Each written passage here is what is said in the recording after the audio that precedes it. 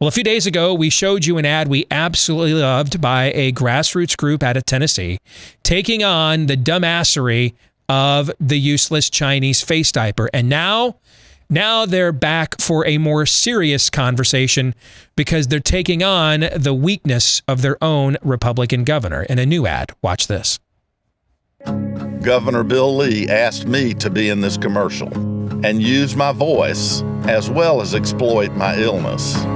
Along with using me, he's using your tax dollars to make this propaganda, to scare you so you keep obeying. See, I love wearing this mask, out of my dirty jean pocket, then onto my face. It's easy to comply. Comply, because we told you to. A member of that grassroots organization out of Tennessee joins us now as part of our theme this year. The answer is us. They have taken the battle into their own hands. Gary Humble, it's good to have you with us on the show, brother. How are you? Hi, Steve. I'm great. It's great to be with you, man. Hey, congrats on your book. I look forward to getting my copy. Thank you. There is some outstanding data down there that you could rub your governor's nose in it there's a whole chapter devoted to the masquerade. So tell us a little bit about you and your organization, first of all, and how you guys kind of put this effort together. And is this something that can be emulated from others in our audience around the country?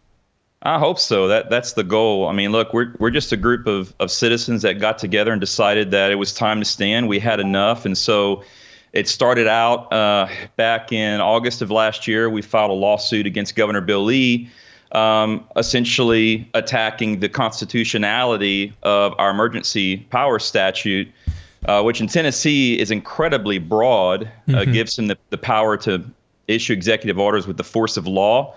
Also allows him to delegate powers, the statute says, as he deems prudent, pretty wide and vague. And our governor can continue to renew this emergency without any checks from our legislature. So we filed that lawsuit, continued that by filing a lawsuit against our county mayor and our county school system, and then began writing bills trying to champion some constitutional legislation, which is not going so well right now in our General Assembly. And now we're making ads and doing all sorts of stuff, trying to win hearts and minds. We're going to be forming a PAC, getting very, very active in 2022 here at the local level. And so we're just a grassroots organization raising a little bit of hell, I guess, in Tennessee. What I love about this, too, is just to kind of set the scene of the backdrop of all of this. The award-winning sports writer Jason Whitlock made a big announcement about a year or so ago. He was moving out of L.A., where he had lived for many years. He moved to Nashville. The Daily Wire earlier this year relocated its offices from California, from Southern California to Tennessee, to Nashville. I heard last week we're actually opening up here at the Blaze TV. We're opening up a facility in your home state as well. All right, and so what I love about this, and I've talked about this before on the program, is we have a very unique, robust grassroots organizational presence in Iowa that it took many, many years to cultivate and build, and now it's kind of taken off on its own to the point that our own governor, who I would, as someone who's covered the COVID story on a national basis as much as anyone in the last year, I mean, if I was going to rank Kim Reynolds' performance with COVID, she'd be in the top 2 or 3 in the United States. And yet, despite that, she shows up for work at the Capitol Rotunda here in Des Moines on the very first day of the legislative session, and she's got a couple of 100 of her own voters, basically, burning their masks in the Capitol Rotunda, demanding to breathe the free air again in the dead of the Iowa winter. And it's that kind of an environment, though, that keeps someone that's even done as good a job as a Kim Reynolds on her toes. To a reminder, hey, we're not going anywhere, and we still, you haven't finished the job here. Now, I wouldn't put your governor in her class whatsoever, but your state, though, is a place where people are fleeing to get away from COVID stand around the country. And yet I love the fact that you guys are like, and that's precisely why we shouldn't be wearing these dumb Chinese face diapers. You know they don't work. We know they don't work. You know that we know they don't work. And yet you keep telling us to put them on anyway. Any thoughts on that, Gary?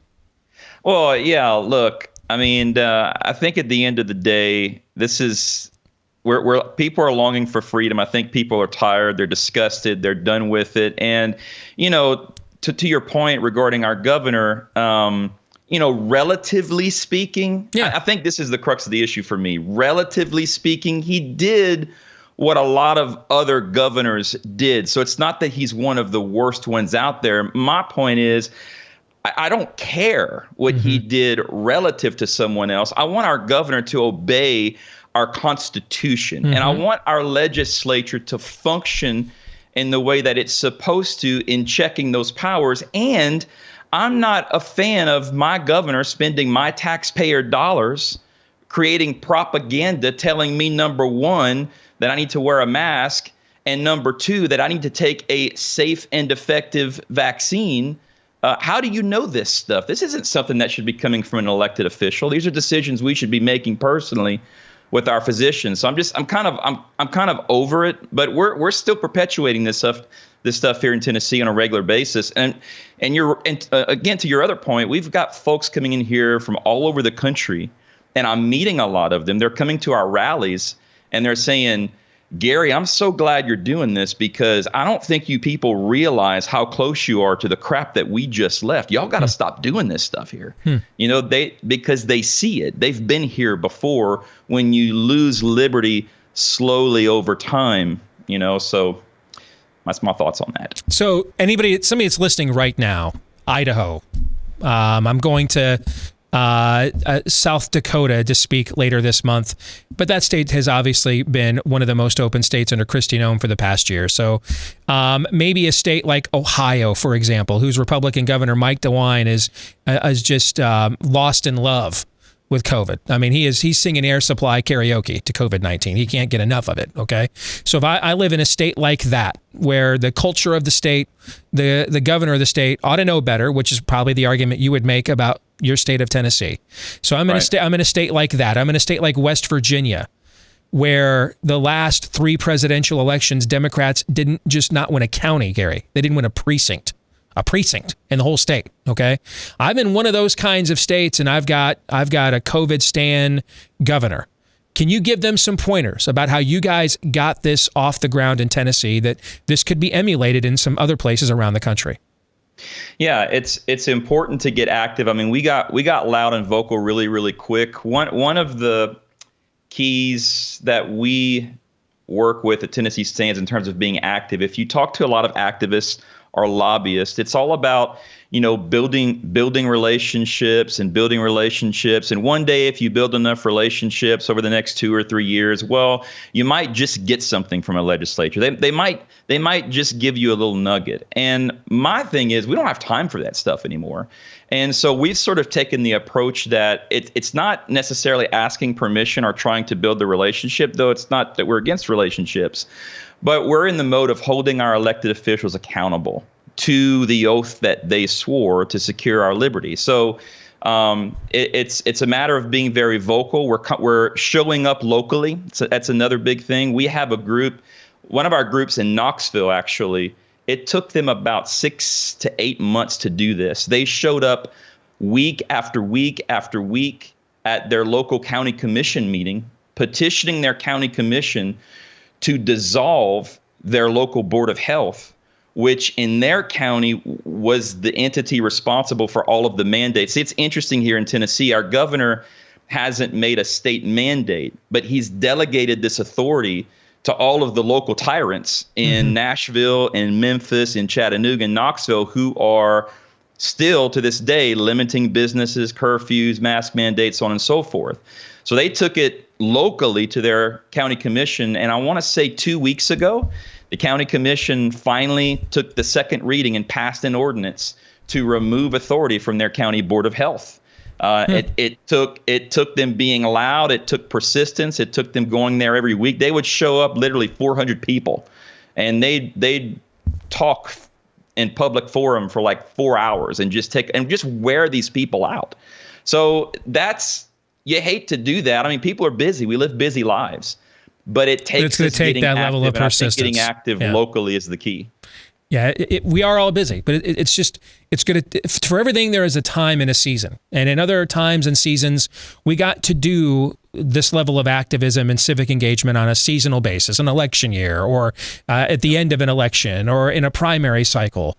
But we're at a time in a season right now where we're frankly not afforded that luxury, that we're going to have to make this a more full-time, persistent pursuit in order for it to be successful, given the gravity of the moment. Last thing I want to ask you, if you guys, and maybe you're already doing this, but taking this to the next level, which is 30, 40 of us are all going shopping together at Walmart. None of us wearing a mask. They ain't throwing us all out. And we're filming the whole thing. That level of corporate civil disobedience, is that anywhere on your radar? Because I think ultimately it's going to take that level of action. And people respect strength even when it comes from terrible sources, history shows. There's a lot of other people who love to take their masks off inside those places because they know they don't work. They're just afraid to. They see a show of force like that, suddenly the triple braided cord becomes tougher to break. What are your thoughts?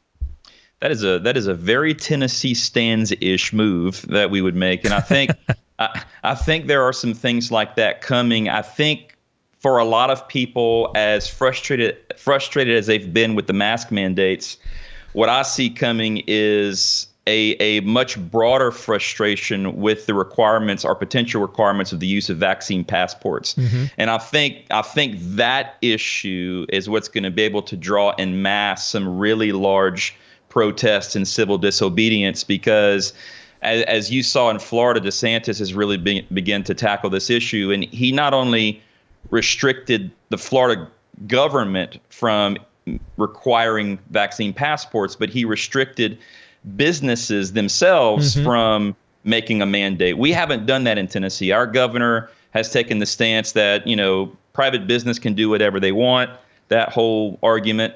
And so we're going to see vaccine passports here in Tennessee. It's coming. It's coming like a freight train. You're going to have to use them to get into the Titans game, the Nashville Predators games, and everywhere else, possibly eventually the grocery store. Who knows where this is going to go? But I think that's going to be the key issue, where civil disobedience now is not a choice. It's a duty at that point. Gary, is there a website or anything you want to direct people to? And if there's folks in other states listening, watching right now, and they want to take a look at what you guys have done and see if it might be a model for them, what would you recommend? Yeah, TennesseeStands.org, TennesseeStands.org. Please follow us, or you can find us on any bit of social media at Tennessee Stands. Subscribe to our email list, and certainly would love to connect and see what we can do to get this movement started around the country. All right, good to see you, Gary. Thanks for joining us, brother. Take care. Brother. All right, bye-bye. Any thoughts on our conversation there with Gary from Tennessee Stands? Really, really appreciate what he talked about with the seat at the table type of the access-based politics. I appreciate his reasoning, because primarily right now, he's absolutely right. We don't have time for that. But if you take a step back and look at maybe the big picture, the seat at the table, access-based politics model that the conservative movement, by and large, for my entire lifetime, and most of you guys' lifetimes, listening and watching as well, that type of approach, if you think about it, is really fundamentally rejecting the principle of self-government. Mm-hmm. It fundamentally rejects that principle. Because you know what? In a self-governing republic, you and I, we the people, have a seat at the table. Why? Well, one, it's in the Constitution. But two, we paid for the table. We paid for the seat as well. So yeah, you're damn right. We're going to come and sit down at the table, because this is our table. So I really appreciate that as well. And I think that's part of kind of what I was talking about yesterday too. Reframing how we think about political activism and engagement in this time. We don't have time. And so you have to take actions like this and take back what's rightfully yours. Yeah, and going forward, it's really important to remember that the success of organizations like this ultimately are truly there by establishing a framework that is permanent beyond a moment. We're going to try to rush this thing to return back to normal. Again, we are generationally in a 40 years in the desert. I think the rest of most of my life, and Steve's life at the very least, is going to be about trying to get back to normal. It's not going to happen tomorrow. And that's the level of force that needs to be. We're not going away. We are in this for the long haul. You can't outlast us. You can't possibly hope to. The terms he used, we're going to exhaust you. I loved that. Because way too many people think that a nice phrase here and there, just agree to if meet in the middle sort of thing. No, this guy gets it. Follow him. There's, I've been debating the notion of access-based activism versus a more leverage or confrontational-based system, which is what left-wing activists did to the Democratic Party. And now you see the amount of control, power, and sway that they hold. We went with the access-based system, particularly because it pays really, really well. I'm sorry, is this on? We're just nicer. That's why we did it. But the reality is we just, as a civilization, we don't have time to have that debate any longer. It doesn't really matter what your views on that position are anymore. Pearl Harbor happened. It's time to act. You know what I'm saying? So we don't have time for pontifications. We're beyond that. The debate's irrelevant now. Act or lose, period.